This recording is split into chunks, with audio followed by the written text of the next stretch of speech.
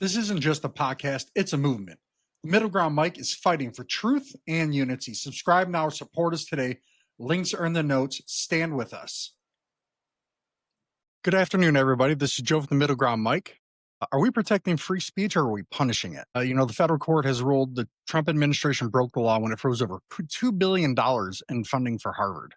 But here's the bigger question. Was this a victory for the Constitution or just another round in America's political tug of war? I'm Joe from the Middle Ground Mike.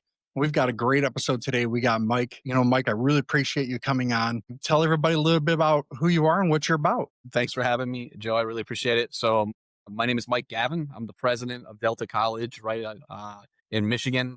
We serve 3 counties, Saginaw, Bay, and Midland counties. And for the last 4 years, I've been at the helm of that college after 25 years in different roles and 2 other community colleges.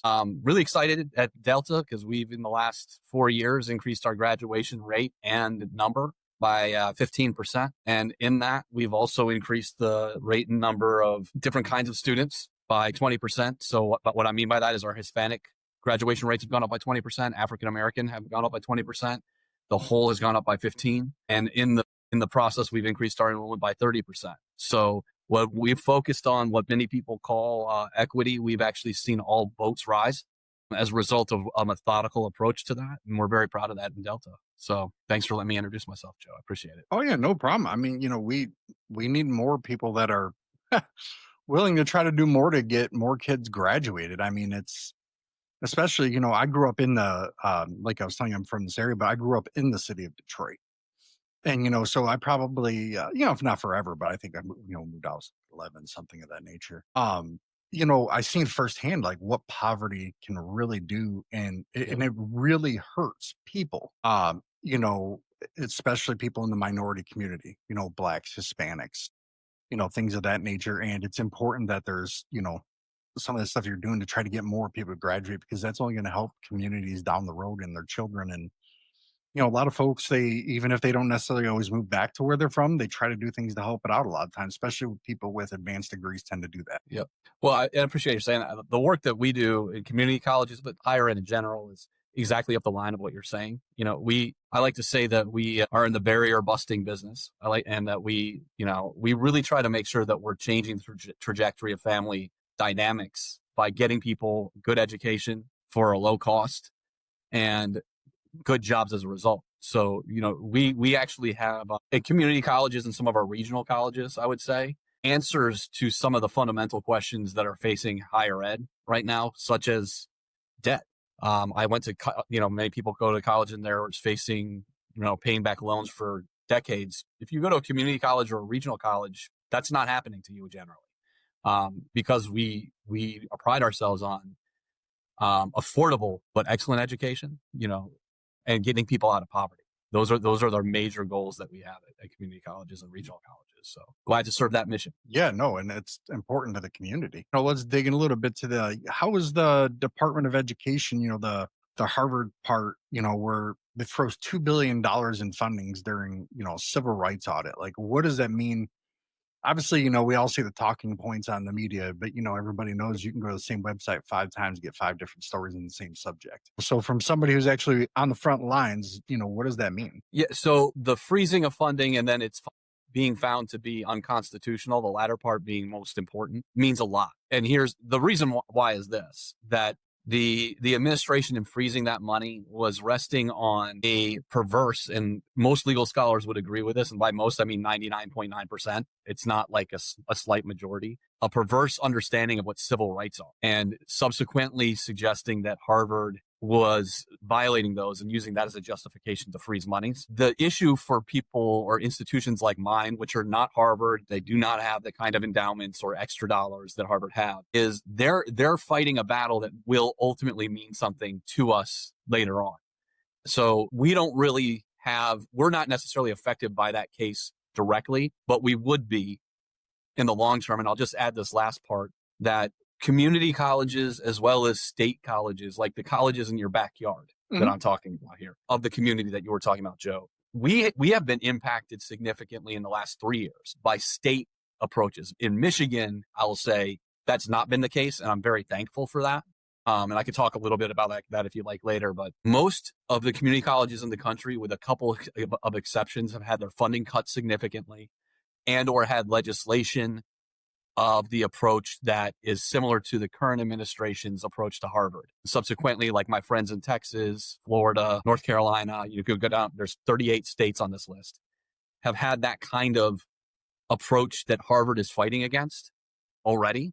In Michigan, we have not. And I will say this if you want to talk further, we can about this, but I will say in Michigan, we have benefited from two things this is my 4th year at Delta. One is a complete understanding of the service of education to the communities and the state.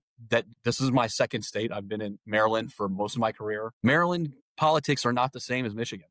I'll just say it that way. Whereas politicians really value both sides of the aisle, the notion of getting everybody educated affordably. It doesn't matter if you're Republican or Democrat, and that is a benefit that Michigan has. And subsequently, we've seen increases in our operational dollars happen, but it does matter who gets in those seats, right? Because that's not the case everywhere. Not everybody believes that. We do benefit from a Congress that, generally speaking, both sides of the aisle do believe in that at this point, though. So very grateful for that. Yeah.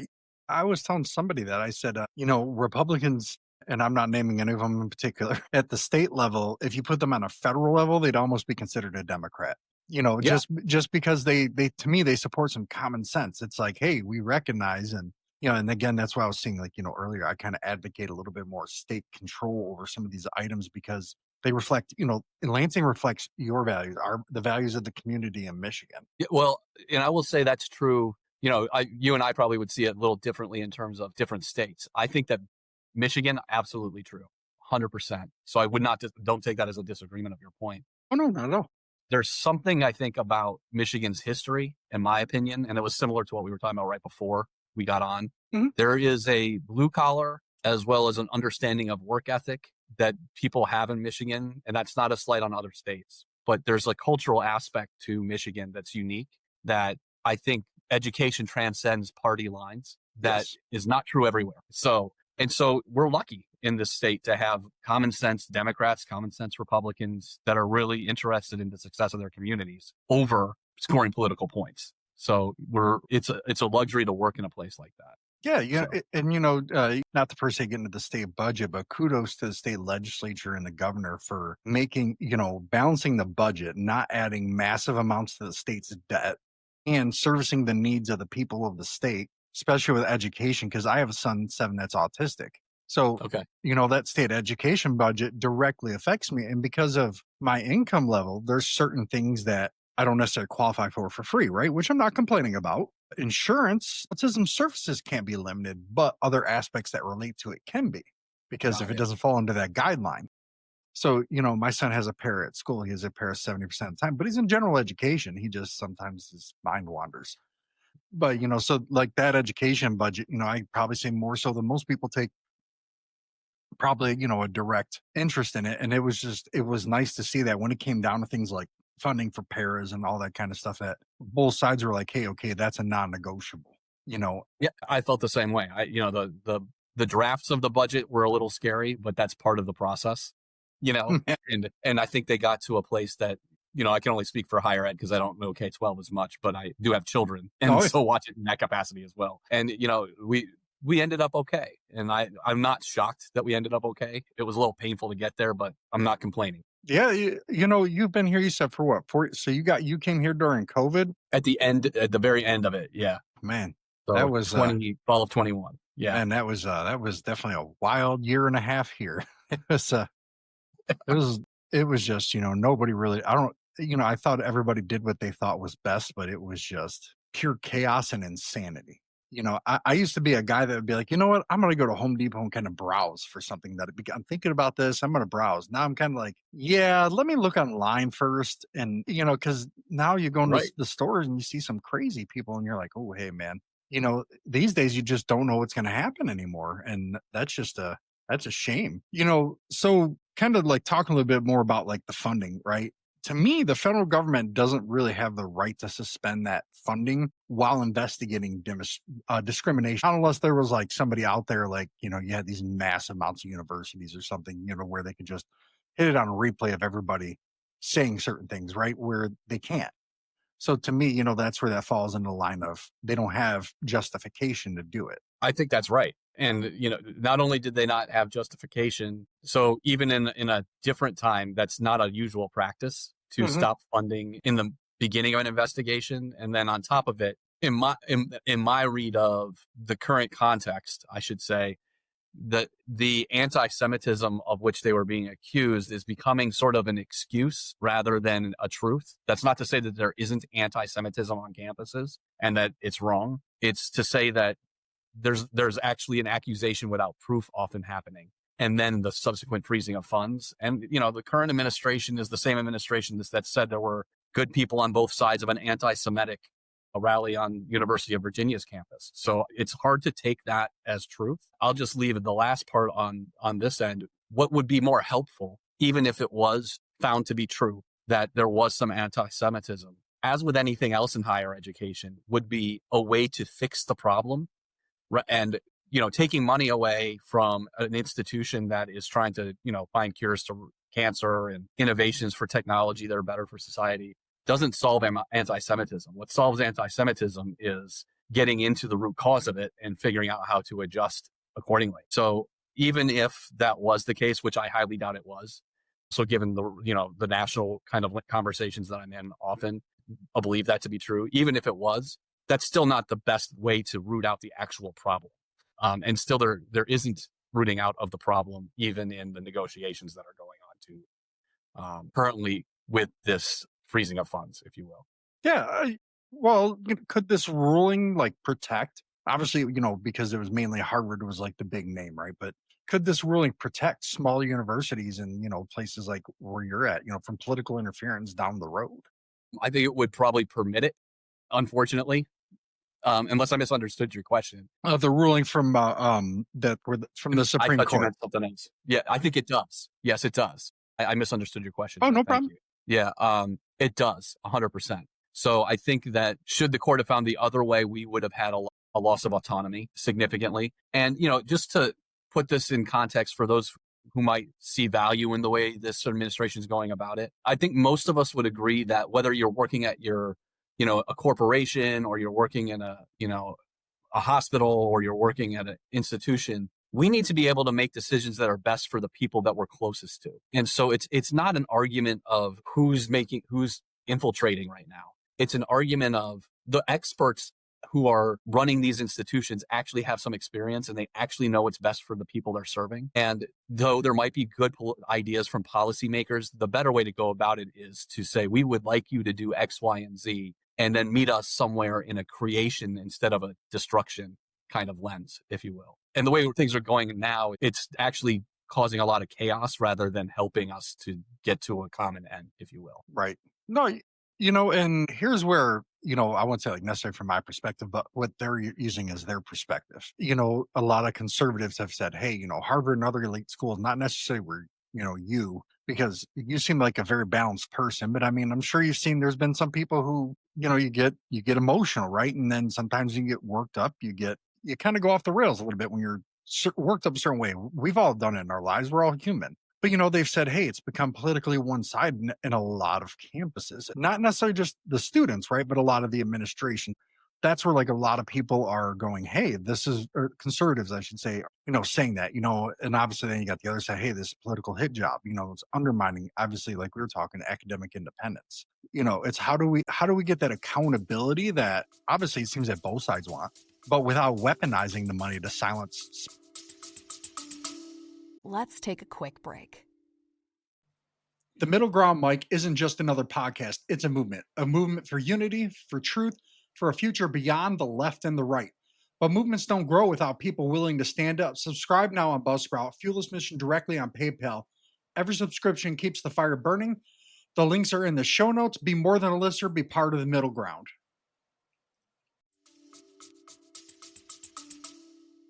Well, I think I think the answer is in your question, actually. Right. So, and I appreciate the question. Most of us in higher ed do welcome accountability.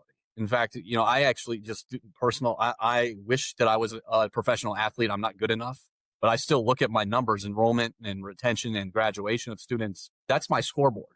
So I'm always trying to push as much as I can because it's a substitute for my competitiveness, if you will. I welcome accountability for that reason.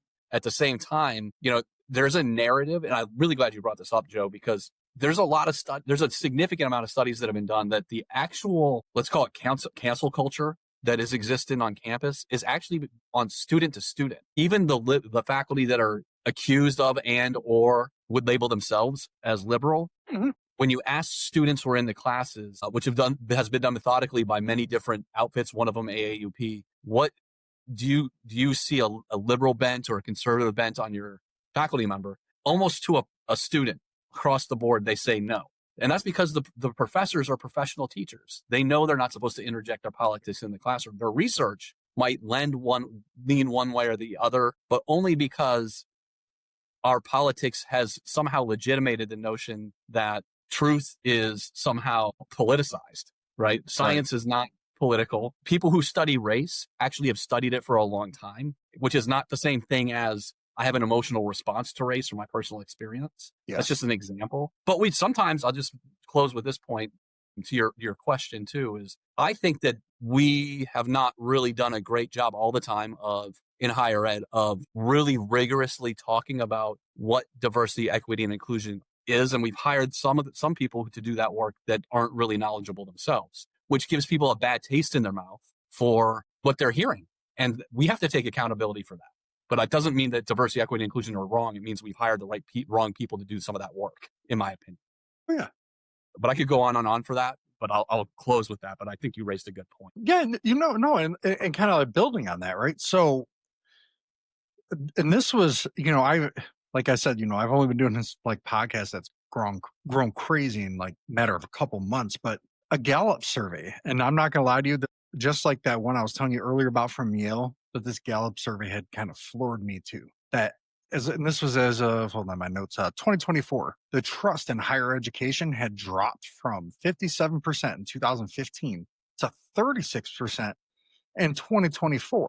Obviously there's always, we're in an era of both sides really distrust each other just based on association. Like you could literally be Mother Teresa, and if you had the opposite side on your shirt, they might mistake you for the devil. And that's just, it's so terrible. I use this analogy all the time. I say, back in the early 80s or wherever it was, Tip O'Neill and Ronald Reagan used to have dinner almost every week. The human political enemies. I mean, in today's day and age, they might beat each other up if they seen each other on the streets, but they understood who each other were as men and as humans. So they were actually able to go back to the table and go, okay, well, I can't stand this. I understand who you are and why you're doing it, and that there's not this evil intent that somebody may perceive behind it. And how did we get from 57% in 2015 to 36% now? It floored me. Obviously, you see those numbers a lot more than most people do, but the trust factor. Well, I think there's a lot of answers to that question. Let me actually just interject. The O'Neill and Reagan story, I think, is part of the story. And I think that's obviously why you put it. We have lost our connection to humans in general. I think, not saying anything new, but the more reliant we are on technology, like even Zooms, in my opinion, yes, the less human we become. So, even at my campus, people know I prefer face-to-face meetings instead of Zoom because of, you can see body language in a different way, and there's just a element that you don't get from texting, et cetera, that's part of the story. And part of that story too, I think, is, people loved, at least when I was a younger person going to college, when there was not online education at the time, you got to know your professor. And so you had trust in your professor, like over time, I think that's part of the story. I think there is, like, contrary to what I said earlier, there are a lot of people that go to different schools, and that's great, but then they come out of school with overwhelming debt that's debilitating. And some people don't get jobs that they are promised, or pseudo-promised, if you want to call it that, based on the pathways they choose in higher ed. And so you have people outside, after you graduate with, a lot of money that you owe to people and not necessarily the kind of job that you were looking for. And that causes legitimate distrust. And I think higher ed does have some work to do in that area, 100%. So we have that's part of the accountability that I think we need to, beyond graduation rates and beyond, we need to talk about how much it costs for people. We need to think about as a sector. I think it might sound cheesy to some people, but people want freedom They want agency in their life. They want to be able to make Yes. decisions. They don't necessarily want the same job they had when they were 18, but they want to be happy. They want to have, the Yes. ability to make choice. And I think that's part of what we need to start building a narrative of in higher ed, that education gives you choice, but we need to also create our colleges, reimagine our colleges to make sure that we're offering that choice in a different economy that exists now than it did before. I don't have the answers of how to do that, but I do think those are some of the questions that face us as a sector in the next 10, 20 years, really. Oh yeah, no, kind of like relating to where I think some of the trust factor kind of jumps in is, so if you're a student and you take out a student loan, you're paying 7, 8, 9, 10%, something in that ballpark, right? And then you turn on, I don't know, CNN Money or MSNBC or CNBC, and they go, well, the overnight bank rate's 3%. So hold on, you're telling me we can give the billionaires an overnight rate of 3%, but me, who can least afford it, pays a bigger rate than the guy and this is where I draw, and this is why I call it the middle ground. Because people be like, oh yeah, well this side, and I'm like, hey, let's be fair and honest here. Neither side has done anything to talk about that problem, because that right there, first, it's our money, it's our taxes. Why are we paying interest on our own taxes to begin with? To me, that's just backwards, and I think that people seeing that creates a sense of distrust, right? Because they're going, something doesn't add up here and I'm not getting a fair shake. And that's what people are seeing. And whereas before, people didn't see certain things in the media all day, but now every side is so focused on proving their point or whatever, you're starting to see a lot more of a hyper focus. And I honestly think that is there. I just don't think it's talked about very much. It's the cost factor, I think, builds a lot of distrust. It's wages have not gone up at the pace that prices and everything else has. The myth out there as well, if the CEO took $20 million less, we'd all make more money. Well, technically you could. It really wouldn't add up to much on your paycheck. When you spread it out across everybody over a year, I agree that a lot of them do make way too much money. Full disclosure, it really would not, outside of like an Elon Musk, cutting back on Elon Musk's pay. Most CEOs, you could cut their pay in half and you might see $20 a week. Well, and to your point, this is the first generation in American history where the generation that is following the one in college will be less educated than the one previous. Yes. So another way to put that is, and then layer that on top of, it's the first generation, certainly since the early 1900s, after the Depression, where the middle class is shrinking so exponentially. So you're starting to see less education, less middle class, and people being disenfranchised because of that. And that makes a lot of sense. I mean, not only in that context do you not want to pay for a lot of higher ed, but if you already paid for it, the story you're telling is depressing, right? Yeah. If you're in a situation. So one can understand why people feel like that. And that's why the sector needs to be, in my mind, completely reimagined and restructured to deliver on American promises of democracy, really, in my opinion. I can tell you, I don't have I only have an associate's. But from just talking to people, you have an associate's, not only. Like your approach is just so calm and friendly compared to a lot of people out there, where if they were asked that same question that you just answered, they might get offended. They might be like, well, you're taking that out on me. And it's like, nobody's taking anything directly out on anybody. It's just what they see in front of them. And when they look at their bank account, that's what they see. In America, like, what was in the early 90s, they said it's the economy, stupid. I mean, but it's literally, it's your checking account. Like, and kind of like, going on that is, when you're looking at community colleges, obviously way more bang for your buck, those college, way more bang for your buck. Like you're getting way more for that dollar. And a lot of people are going, hey, I can go to, community college, a college, getting a program for plumbing or, something of that nature. And I'm going to make $100,000 a year, to where if I go to U of M and I get a liberal arts degree, I'm going to make 50 to 60 and be quadruple, if not 15 times more in debt. But if you look at the premise of what that people say is out there, even though it's not what's really out there, is, there is a lot of push for blue collar jobs now, right? For people to kind of go back into those fields. The middle class, that kind of goes back to where I go to the middle class shrinking is, and it's why I really love what Michigan did. Is part of why our middle class is shrinking is we have so much debt as a nation, and everybody goes, well, the simple answer is just raise taxes or cut spending. And it's like, it's just so much more complicated than that. And I tell a lot of people, I'm like, you can raise taxes all you want, but that doesn't change the cost. Like we really, where Europe does a better job, I think, with us in terms of certain things is they go after the cost. They do tax a lot more than we do, but they're able to squeeze a lot more into that dollar because they go after why does it cost so much. Well, that makes a lot. I mean, and at the end of the day, whether you were talking higher ed or cost or both at the same time, we're talking about people's lives, right? Right.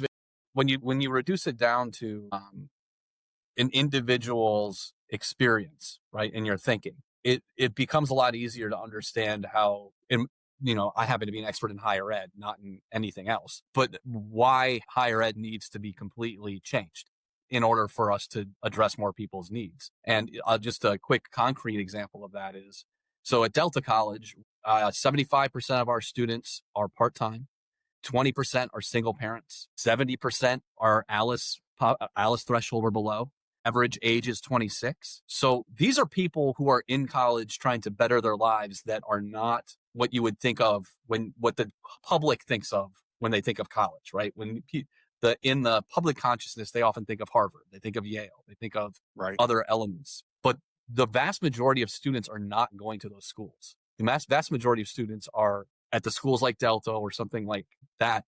And when you cut spending on higher ed, when you cut, or if the answer to your point that you were just talking about, Joe, is raise taxes, well, that affects my student, right? That affects my 26-year-old student. And the first thing that those people do when they have a life hardship on the hierarchy or list of things that they have to complete, they get a flat tire. The first thing they abandon is higher education, because then they have to put food on the table. They have to get their kids to daycare. They have to do all the things that you have to do as an adult. And they see college as a luxury at that point. But over time, and our data shows this, right? So we've studied this deeply at Delta.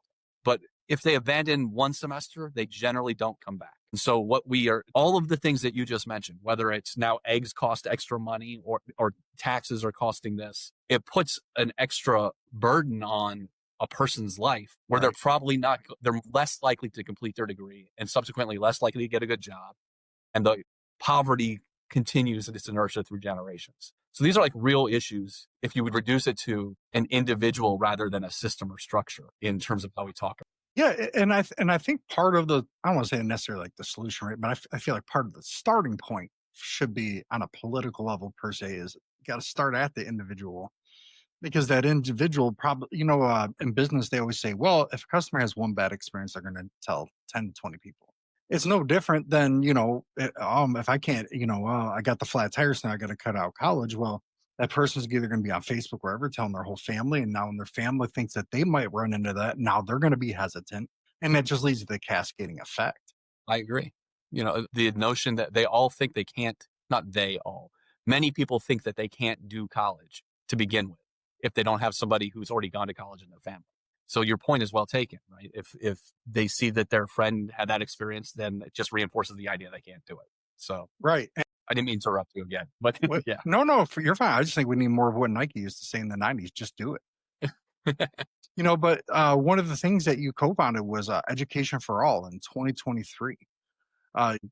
Fair access, amid anti-DEI legislation, pretty much, I believe, and it's like 40 out of 50 states have passed some sort of, that's a lot. That seems like that includes some blue states, which is just, for me, just, I don't study like DEI to that level, right? But, if you were to come to me and be like, yeah, 40 states, I'd be like, 40 states attacking DEI, like, you mean red states, right? And no, there's some blue in there. So, obviously, you founded that. Tell us kind of what's behind all this. Well, so the major concern, my academic background has focused on how racial identities, and that includes white racial identities, Black racial, Hispanic, are impacted by poverty and education. So when this Governor DeSantis in Florida started to dismantle what I would call the mission of community colleges, which is to make sure that we accept everybody and try to welcome into a better life. And, some of my colleagues, we get to know each other across the country as presidents, were explaining to me what was going on. I started this group with about 5 to 6 presidents, really trying to see how we could help our friends in Florida and Texas at the time maintain the mission of what I just described. Let everybody in, support everyone. And over time, as the anti-DEI legislation snowballed from state to state, our mission and our work at Education for All exponentially grew. So now we have about 5,000 people as members, and we've got 600 presidents. And our first goal was to train presidents, and now it's really to create a coalition that reasserts the notion, and this is where I've sort of talked about during this interview, is it's not just to defend, but I think it's more of, we haven't delivered on the democratic process yet, promises in higher ed yet.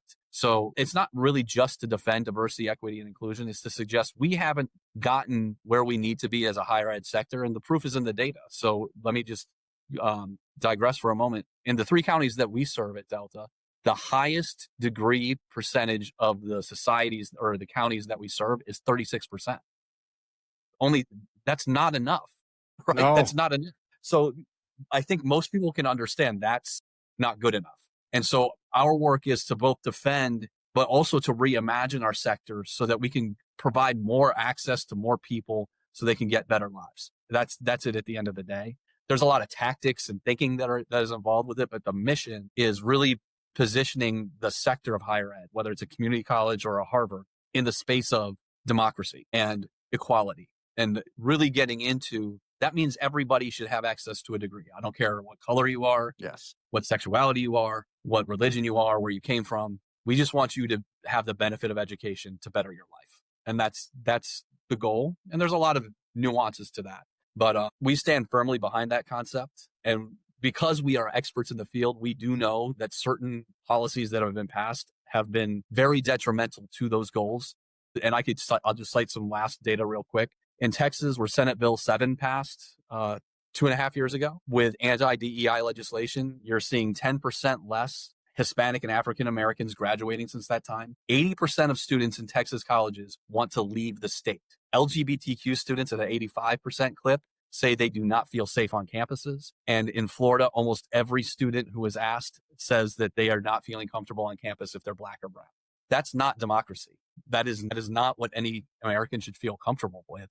I don't think that there's anything wrong with stating that overtly. So that's the goals of our, but it's not that we want to defend against something that's wrong. What we're trying to say is that higher ed is a vehicle to deliver on the American promises, and these policies are detrimental to both higher ed and democracy. So Yeah, that's the work we're doing. and how you're going about it is a lot different than how DEI. I don't want to say has been viewed, but has been handled in a lot of areas, just in general, right? Like there's I'm sure obviously who Charlie Kirk is. I mean, anybody who doesn't live, and I don't agree with him on everything, but where kind of what he said, something that really just struck out to me, is everybody should have equal access, but we can't have a guaranteed or an equal outcome necessarily, right?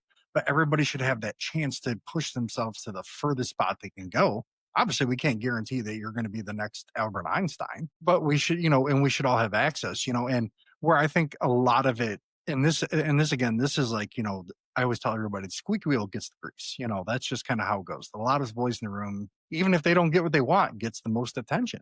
So you have like certain extremists out there that go, oh, well, they're saying this is anti-white or this is anti-this, and then certain media people will pick up on it, and then they do, the clickbait, boom, boom, boom, boom, boom. Next thing you know, 10 billion views, and you've got a whole nation believing one thing. And that's kind of how it goes. And it's usually, I have found that 90% of people I've ever talked to from academia are not what you would see if you turned on Fox News. 20 something years ago, I'd have been like, yeah, Fox News is okay to watch. They have some, balanced people on there. But now, I mean, it's no different than the very people they hate, just the opposite side. It's all about the glorification of getting you riled up. And it's, and I wouldn't even say I'm necessarily like anti-DEI, right? I'm more of like, hey, how do we get it to kind of go from like your end, right? We focus on the access and outcomes, but not just virtue signaling, right? Because a lot of people, that is something that a lot of people want, whether you're left or right? They want their core thing. And I just, it's, I'm sure you know who Bill Maher is, right? I mean, Sure. Yeah. Bill Maher, obviously very long time hardcore, he says himself, I was a hardcore lefty. But when they started trying to blend the education, the politics, and then their stance on this, and everybody, like not necessarily academia, but like the people who say they quote unquote want to say they support it, but I think they support more of indoctrination. Is not the word I'm looking for. More of a do as we say mentality, not necessarily from you guys, but from people who view DEI a certain way, whether you're left or right. And and he pretty much said that's what caused people. That's what's hurting everybody.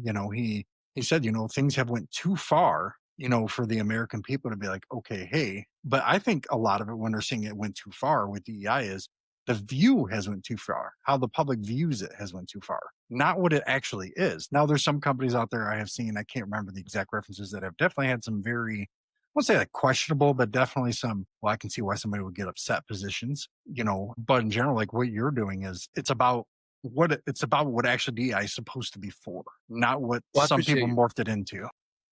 I appreciate your saying that, Joe, because I actually agree with everything you just said. So, and what I mean by that is, I think that part of the reason that there's significant backlash against DEI is that there's a significant misunderstanding and sometimes a misapplication of it. So, what I've spent my life studying it. So, I'm not. I come to this with a deep understanding and passion of what systems change looks like for a person, and then also an understanding. Just to be candid, I think we've spent a lot of time focusing on words instead of outcomes. And at the end of the day, the outcomes are where true equity can show itself. And that doesn't mean that everybody, to your point, not everybody has to become a doctor, but everybody should be able to somehow, institutions, let me rephrase that, institutions should aspire to have everybody get across the stage. That doesn't, the graduation stage. We still have to have rigor. Some people won't cut it. But that doesn't mean that, you mentioned you have a child with autism, for instance. That child with autism has different needs than somebody who doesn't. I have a daughter who's dyslexic. She has different needs than others. Everybody has a story. Everybody has deficits because of that story. And we need to do our best to address those in a way that is rigorous and not just about, I like your term, virtue signaling. It is not about virtue signaling. It's about getting those students where they need to be at the end of the day. And that requires nuance. That's all there is to it. To me, virtual signaling is, that phrase itself is like, I don't want to say degrading, but it devalues anybody's opinion, because it makes it just seem like it's just a very hollow point of view when you have a certain point of view, right? When somebody says, oh, you're virtual, that's just, to me, just degrades somebody's words, right? And like with like autism, my son, he's 7, he was diagnosed when he was 4. And in the process, I really I'm not like one of those people that like are kind of like way off the base in terms of how it's put together, but I disagree with the fundamental process of autism diagnosis. So one of the things they give you before you go there is a form that says it's for children ages 4 to 12. And they're like, well, all kids are different, if they have a different mentality. I said, I get that. But to me, in general, there should not be a form for autism from 4 to 12, like one form. Like, how can you truly sit there and evaluate that? And then, the process, because he was diagnosed medically, not at school level. And you have to go through 2 sets of 4-hour interviews, 4 different doctors, therapists. And they're like, well, he doesn't really want to come up to us. And I'm like, I'm pretty sure my son's autistic. I'm like, but most kids, if they don't know you at 4 years old, they're not going to come running up to you if you have a spoon in your hand. They're just not. And, they're going, well, we know what we're doing. I'm like, I'm not arguing you don't know what you're doing. I'm just questioning how you're using this as like a fundamental starting point, because if this is your starting point, then 99% of the country is autistic, and I don't view autism the way other people do. I view, when I was growing up, you were just different, and I think that they need to start going, a lot of things that were autism when I was growing up weren't called that. Now it is. But people are going, well, they're autistic, so there's something different about them, rather than just going, I don't know, man, Johnny's different. He's got autism. Who cares? The rest of them's fine. Who cares? That's how, when I was growing up, and if you picked on a kid that had needs, I mean, generally everybody around you would start beating up on, like, hey, that's not cool, and it's like, and I think that us not having that kind of structure is what's hurting kids that have autism and special needs from going further than they can. And, this really got me going. I didn't speak a full sentence till I was 7 years old. My son has, right. And my son has what they call echolalia. So if you say, hi, Henry, he'll go, hi, Henry. But he doesn't do it all the time. It's really weird. But, they were saying things like speech delay, chewing on pens, like chewing on a pen, man. When I was in high school, everybody chewed on the freaking pen cap. And I'm just sitting here going, they're like, well, people with autism do this. I'm like, yeah, and people that don't have autism do it too. And I said, you're just kind of slapping all these things on to kind of make it a generality. And where that comes from is something that my doctor told me about. My family doctor, he goes, because I've been going for 20 years. I'm a creature of habit. Hey, if we're on the same page, okay, cool, let's go with it. And he told me, he goes, why they do that is because of how our insurance system is set up. And it kind of goes right into education. They have to create this broad definition so that insurance companies don't have a choice but to cover it.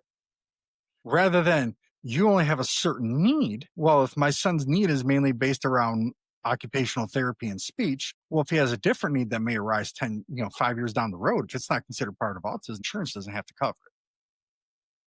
Yeah, and that just kind of that goes back to like the DEI, where it's like they use certain things to exclude you, and they have to create this big umbrella unnecessarily because of that. And it was just I pushed back so hard against the process. I'm pretty sure the lady at the center just looks at my wife when I'm not there and goes, please don't bring him next week. I get along with every other doctor in that building but the lady who's in charge of everybody, because she really took it personally when I started questioning some of the things in the form. I said, with what you're doing, if I was a parent who didn't know any better, I'd think you were talking down about every kid I've ever met in my life. And she's just like, I've been doing this 30 years. And I said, okay, exactly my point. Have things changed in 30 years? Well, yeah. I said, okay, that's exactly my point. And I said, I told her, I said, I know you can't give me an exact outcome of my son's life. Nobody knows. But if you're saying he has, I forget the exact term of the death, it's so long.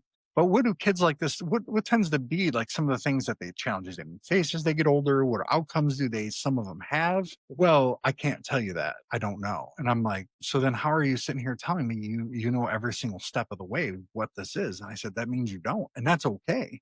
But don't give my son an iron nail in the coffin just because that's what you think it is. I'm like, and that's just, it's a terrible, and that approach to me is spills over, I should say, into things like DEI, higher education, because people treat things a certain way. And if, let's say, you're going to interview under this lady, she's going to be like, oh, well, get out, and it was just the vibe that I got from her. She was just very stuffy and just didn't want to hear anything that questioned her way of thinking. And I did it very respectfully. I didn't like call her names. I wasn't screaming. I was just sitting there looking at the form and I'm going, my son at 4 years old is vastly different than he was at 1. And when he was 6 months to 1 years old, and at 6, we had to take him to a place they had to use these things to teach him how to use his tongue correctly. Now, you would think that all these challenges, right? He might be in special ed. He's in general education. Yeah, I mean, he's insanely smart, but when he gets home, you would think he didn't learn a single thing all day. But he gets into school, bam, bam, bam, bam, bam, does everything, no problem. But he gets home and you would have no idea this kid can do math. We had no idea he even knew the alphabet till we took him to get evaluated at school one day. And then he just starts saying the whole alphabet. And I'm like, I haven't been able to get you to ever say that to me. And now you're, and I'm like, okay, we struggled with the potty training, but he goes to school, 0 issue. Comes home, he loses all self-control about it. And I'm like, so it goes, yeah, and it, and it's just the DEI thing. It makes me think of so many, especially with people with disabilities, and how does thinking of DEI and disabilities, how does all that like impact like what you guys do, like the funding aspect and all this, like how does that like kind of really like hit home for you guys? Okay. Wow. Wow. I would have never guessed that. I would have never guessed. Wow. Yeah. I mean, with DEI, it's a lot, it's, the problem is when you turn on TV, it's just the only thing people talk about are the race-based metrics on it. The rest of it is left out, like what people talk about, in the public forum, like, and I can get, if that's all you hear, I can get, depending on your race, why you might feel a certain kind of way. If that's all you're hearing about, and I think that's where just in general, like if I was a Republican politician, I'd be like, hey, you know what? I don't like this part, but hey, we got a lot of really good tools here because they do help people in my constituency that are just not white. And I feel like that's where the message for me gets lost is it's like, hey, even as somebody, I'm a very middle person, tend to lean right depending on the issues, but I also lean very far left when it comes to something more along the lines of like healthcare. For instance, I learned from my doctor, a crazy thing is that in the state of Michigan, they limit the amount of number of hospital beds in hospital systems. And I sat there and, and then I hear people go, well, it's the rich. And I'm like, the rich that are in power with healthcare protect themselves. I was like, but it is not a capitalist system by the definition. And our American healthcare does not work how it's supposed to. Yeah, and it was just when I learned about the fact that they are allowed to limit the amount of beds, and they can limit things like schools, and just even if you have the money, the resources, everything, they can go, well, we don't like that idea. I'm like, that kind of goes against the whole idea of what we're supposed to be. Like, if we've got Mike here, who obviously is a very balanced person and cares about people and education, right? Not just a political talking point. Let's say you had $10 billion. To me, as long as you're not degrading anything, what's the harm with you opening up your own institution? You know, man, yeah, and away from ad budgets. But Mike, I really appreciate you on today. I mean, because a lot of, you definitely put, especially the DEI part, I think, into perspective for a lot of people. And that's definitely the one thing I think that needs to get out there, because I talk about that with not just DEI, but I also talk about that in terms of like immigration, and just things of that nature. I say, I don't think you'll find one person in this country that says somebody that's a murderer or a rapist should still be here if they're illegal. I don't think you'll find a single person that will say that. But there's a lot of, like, I think we need to take the Ronald Reagan approach. Hey, we'll give amnesty. You're here, you're doing the right thing. You just pay some kind of extra tax or something of that nature, and you move on with your life. And it's, those people, they do provide a good service to us, and I think we approach the problem wrong. I think we need to go after the companies that are exploiting these workers. But that's that's a whole nother thing. But it just kind of, it goes back to, DEI to me affects a lot of those things. And it's a very misunderstood subject. And you're actually the first person that I've had on my show that has like such an extensive background with it. Yeah. And as more, especially since you're from the state, as more things with education come up in Michigan, I would love to have you back on. My cousin lives not like directly near you, but she lives out in that direction, Fowlerville. She went to Central. So, she's, God, I don't want to butcher her exact job, but she does something along the lines of like social work. And she's been doing so long that, the state paid her college off. And she was like, oh yeah, I had like 80 something $1,000 in debt. And I'm like, how much are you making? She was like $15. And I was like, what? I'm like, let me go fall on the ground over here, and she was like, but if I do A, B, and C, I'll move up and the state will take care of it. And I'm like, man, that's a common, and I learned that with my wife. My wife works for Coral Health. It used to be called Beaumont. Well, they're a nonprofit. Me and my wife really had no idea that this would actually happen. But if you work for a nonprofit for 15 years straight, no big issues, and you recertified, I believe, every year or however long it is, at the end of that, the government will forgive all your student loans. I didn't know that either. We just thought she was recertifying for whatever. And then next thing you know, we get a letter in the mail. Your student loans are forgiven. Yeah. Well, I'm like, oh man, that just emptied about 30 grand off our pockets. But Mike, I really appreciate you coming on.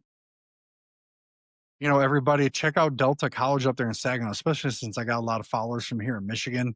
I think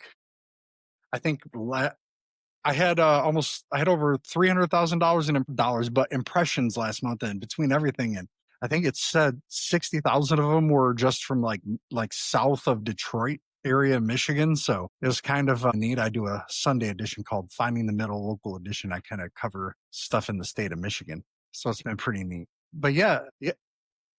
I got a 15-year-old that's getting ready to be college age. So I'll definitely be sending him to look at, a big gap in children there. Yeah. You realize that you're like, I love my child, but what was I thinking? Especially when you got to get those late nights. So thanks everybody for tuning in tonight. Mike, I appreciate you, and everybody have a good night.